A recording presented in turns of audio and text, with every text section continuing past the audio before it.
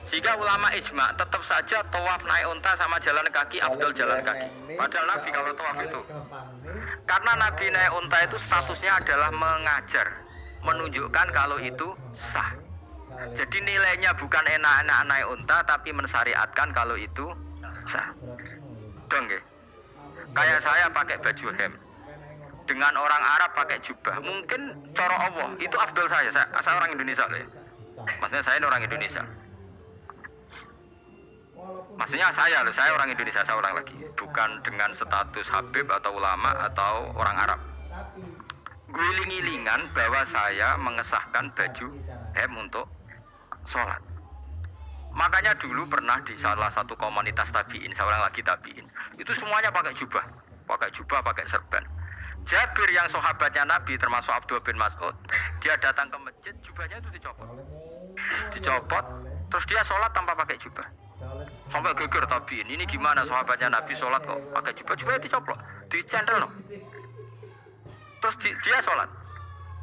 Ketika sholat ditanya, ya sahibah Rasulullah, kok ini sahabatnya Nabi sholat pakai jubah kok malah dicopot.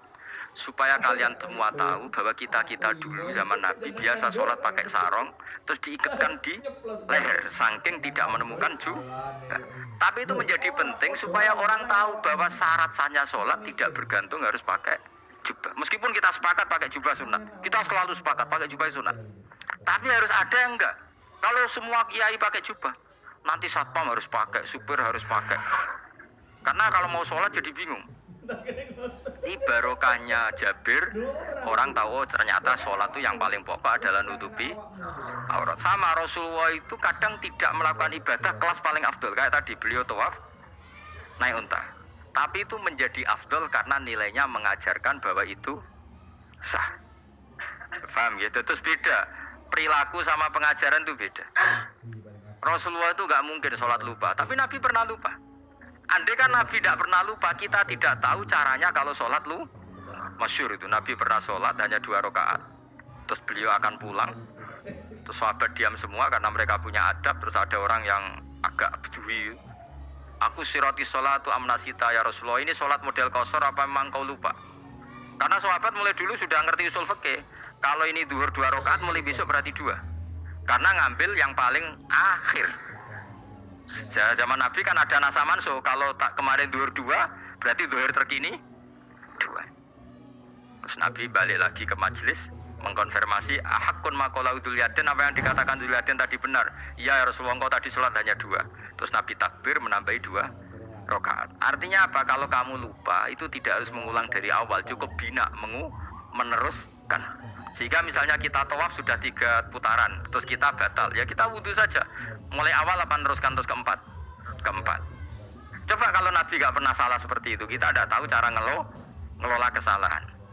Ya misalnya kamu tawaf, terus batal, kamu wudhu, nambah keempat apa mulai dari awal?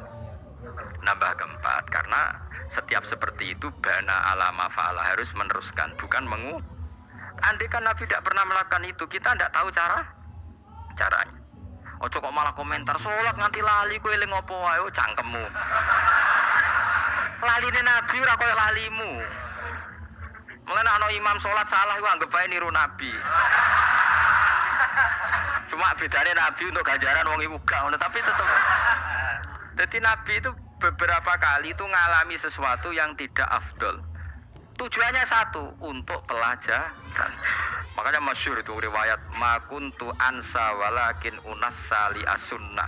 Saya itu tidak pernah lupa, tapi sama Allah didesain lupa li as-sunnah supaya itu jadi sunnah. Jadi makuntu ansa walakin unassa li as-sunnah. Jadi saya tidak pernah lupa, tapi sama Allah didesain lupa supaya jadi sunnah, cara ngelola kelupaan.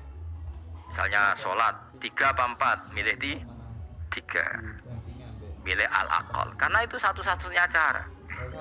Sehingga Nabi didesain pernah sholat hanya 2 rakaat, terus diingatkan sama sahabat, terus itu jadi sunnah, caranya ngelola lupa. Begitu seterusnya. Nabi ngendikan al-ajru bi qadri ta'ab, secara makna seperti itu. Tapi Nabi sendiri tawaf itu naik unta. Sehingga sekarang ada orang naik skuter, naik kursi roda, itu dikiaskan karena Nabi dulu pernah berkendara. Coba kalau Nabi tidak pernah berkendara, wong sing lumpuh gak iso tawaf, wong sing sakit gak bisa tawaf karena gak ada riwayat Nabi pakai kendaraan. Tapi barokahnya Nabi pakai kendaraan, semua referensi itu gampang. Meskipun Nabi sendiri pas itu masih sehat, sangat sehat. Tapi biar jadi sunnah, kalau seperti itu tidak apa. Karena tadi Nabi itu yang penting buistu mu'alliman, saya diutus sebagai pengajar. Kadang Nabi melakukan sesuatu itu tidak ideal.